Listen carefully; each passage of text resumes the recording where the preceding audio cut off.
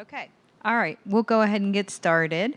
This should be the last interview that we have for you today. And actually, I have none scheduled tomorrow. I apologize. But it's the end of our conference tomorrow. This last interview is with Allison, and she's going to tell us a little bit about what she presented on and some of the key tips that she has for you. So here she is. Thank you, Michelle. My name is Allison Maurice. I'm a child nutrition policy analyst with the Food Research and Action Center, also known as FRAC. We are a national nonprofit working to eradicate hunger and undernutrition in the United States through improving public policies and ensuring that federal nutrition programs are available to people who need them most. And my work is specifically focused on ensuring low-income children have access to school nutrition programs. We know that many low-income kids do not utilize very important school nutrition programs such as school breakfast, after-school meals, and summer meals. So I just presented to the school social workers to talk to them about how they can advocate for better and broader programs in their schools. Some of the ways that we increase access to school breakfast among low-income kids is actually moving breakfast from before the start of the day in the cafeteria to after the start of the school day and into the classroom.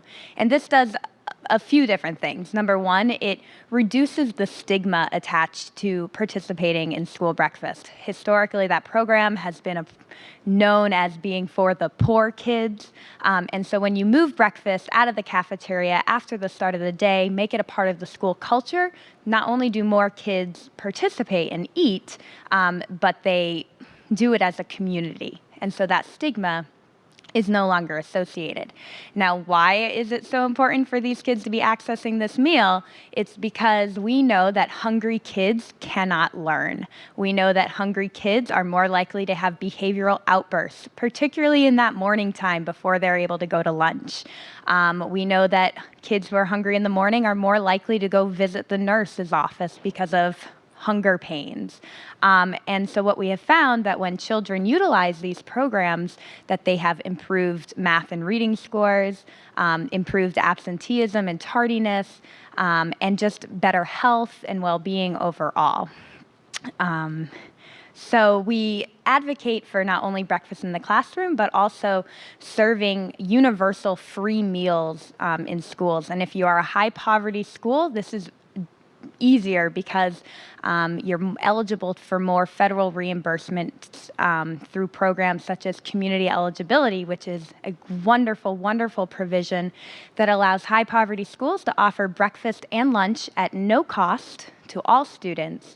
And it's based on a slightly different eligibility requirement that's not quite the free and reduced price percentage. It's based on these identified students who participate in other need-based programs such as SNAP, TANF, FDPR, Medicaid in some states. That's kind of complicated. But anyway, it's a great program because, again, it eliminates that stigma of participating in school meals because all kids eat for free.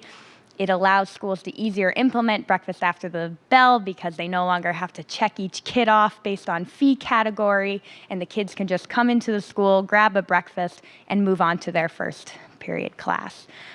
So we know that these meals are really important, and just to show the research behind it, we know that students who actually eat breakfast at school closer to test-taking time do better on standardized tests than students that eat breakfast at home or don't eat breakfast at all. So I don't know about you, but I went to a school that on testing days, they would give me a snack right before the test. And then in the middle of the test, they'd give me a snack.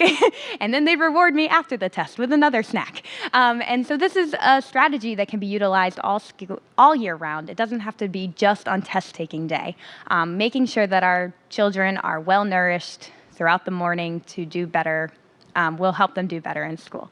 And then additionally, many kids that rely on these school nutrition programs during the school year can really benefit from after-school meals that is accompanied with after-school programming, such as tutoring, and then you can actually get a federal reimbursement for serving those meals. A lot of these programs are happening in your school anyway. Why not serve the kids a meal and get a federal reimbursement for it? And then again, during the summertime when school is no longer in session, these kids miss out on that breakfast and lunch at school. So ensuring that they have access to a summer feeding site through the summer food service program is really important. And as school social workers, ensuring that that information is getting out there to families so that they know where they can access a free meal for their kids under 18 is really important. So. Where can they get information about FRAC? Yes. So really simple website, frac.org, FRAC.org.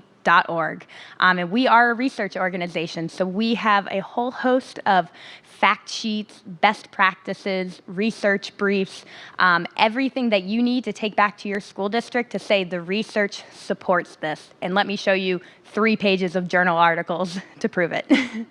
And on that website, do they have examples of some of these best practices that that you talked about? Yeah, definitely. So you can actually look at like a community eligibility, how it works. It's a nice breakdown of the program, the different eligibility requirements, the reimbursement structure, as well as the other great thing about all these programs is that because you increase participation in school meals, you're actually bringing more federal dollars back into your district. So you're already paying those taxes anyway. You may as well bring that money out of the federal government and back into your home state. All right. Well, Allison, thank you so much. I appreciate your time. Thank you. All right. Sounds like a great program. We'll be starting the film soon, so hope you'll stay with us. Thanks.